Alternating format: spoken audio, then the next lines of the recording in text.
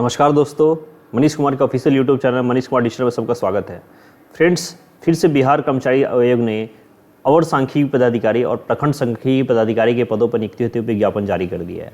यानी कि हमारा जो पोस्ट होने वाला है यहाँ पे फ्रेंड्स, यहाँ पे अवर सांख्यिकी पदाधिकारी और प्रखंड के सांख्यिकी पदाधिकारी के पद पर नियुक्ति हेतु विज्ञापन आया है ये, जिसका ऑनलाइन रजिस्ट्रेशन शुरू होने का दिनांक 1/4/2025 यानी कि 1 अप्रैल से ये शुरू हो रहा है और 19 अप्रैल इसका लास्ट डेट होने वाला है। ठीक है, तो ये जो फ्रेंड्स जो आता है, ये आता है आपका योजना एवं विकास विभाग बिहार के अंदर, जिसके अंदर ये दोनों सीट्स आपके आने वाली है। इसका ऑफिशियल वेबसाइट आप देख पा रहे होंगे http.bssc.bihar.gov.in है, जिसके अंदर आपको ऑनलाइन फिल करना है।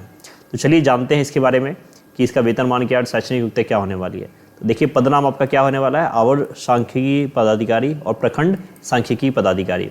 वेतन स्तर 7 यानी कि 7th लेवल पे मैट्रिक्स का इसका वेतन है।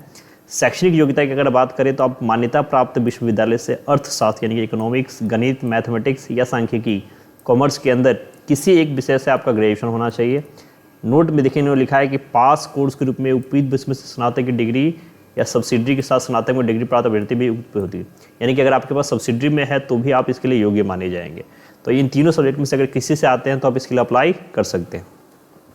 कुल मिला के 682 रिक्तियाँ है, 682 वैकेंसीज है इसके लिए, है ना, जिसमें कोटिवार देख ले सकते हैं आप। आरक्षित के लिए टोटल 313 है, जिसमें महिलाओं के लिए 110 यानी कि 35% आरक्षण है यहाँ पे। अनुसूचित जाति के लिए 2, 98 है आपका, महिलाओं के लिए 34, जनजाति के लिए 7, महिलाओं के लिए 2, अत्यंत पिछड़ा वर्ग के लिए देखिए 112, 39। तो कुल मिला के यहाँ पे देख पा रहे होंगे 682 आपके है, जिसमें महिलाओं के लिए 231 का रिजर्व्ड है। इसके अलावा आप स्वतंत्रता सेनानी के लिए 14 सीट रिजर्व्ड है और दिव्यांग के लिए आपकी टोटल यहाँ पे 7, 14, 21, 27 सीट रिजर्व्ड है। ठीक है, दिव्यांग की आप देख सकते हैं किसी कोटि के अंदर आते हैं। उम्र सीमा की अगर बात करी तो देखिए 1/8/2024 के आधार पे इसमें गणना करेगा, यानी कि जो अभ्यर्थी जो 1/8/2010 को सरकार द्वारा निर्धारित उम्र सीमा धारित करते होंगे, इसके हिसाब से इसका कैलकुलेशन किया जाएगा। यानी कि उम्र सीमा जो है 21 वर्ष है सभी कोटियों के लिए।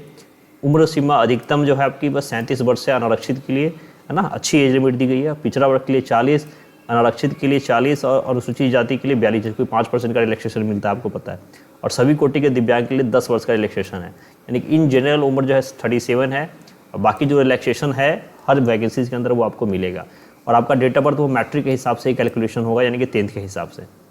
चयन की प्रक्रिया के अंदर देखिए, सबसे पहले आपकी मेगा सूची देखो जो तैयार की जाएगी, उसका चयन है। तो देखिए, मेगा सूची जो तैयार की जाएगी उसके लिए सबसे पहले आपका एक लिखित परीक्षा होगा, है ना, जिसमें प्राप्त अंकों की अधिमानता क्या है, संविदा के आधार पर कार्य करने के निमित्त अधिकतम अधिमानता तभी मान्य होगी जबकि उसी पद पर संविदा नियुक्ति की गई हो। यानी कि सेम पोस्ट पे अगर आपने संविदा पे काम किया है तब आपको प्रति कार्य के लिए 5 अंक आपको मिलेगा, अदरवाइज आपको एक्सपीरियंस का नहीं मिलेगा।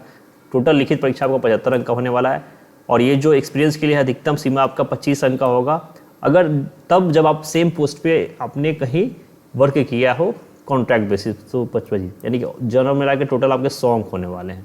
ठीक है, आपका जो क्वालिफाइंग मार्क्स है वो कोटि वाइज, श्रेणी वाइज आपका दिया गया। अनारक्षित के लिए 40% है, पिछड़ा वर्ग के लिए 36.5%, अत्यंत पिछड़ा के लिए 34%, अनुसूचित जनजाति के लिए 32, महिला के लिए 32 और दिव्यांग के लिए 32।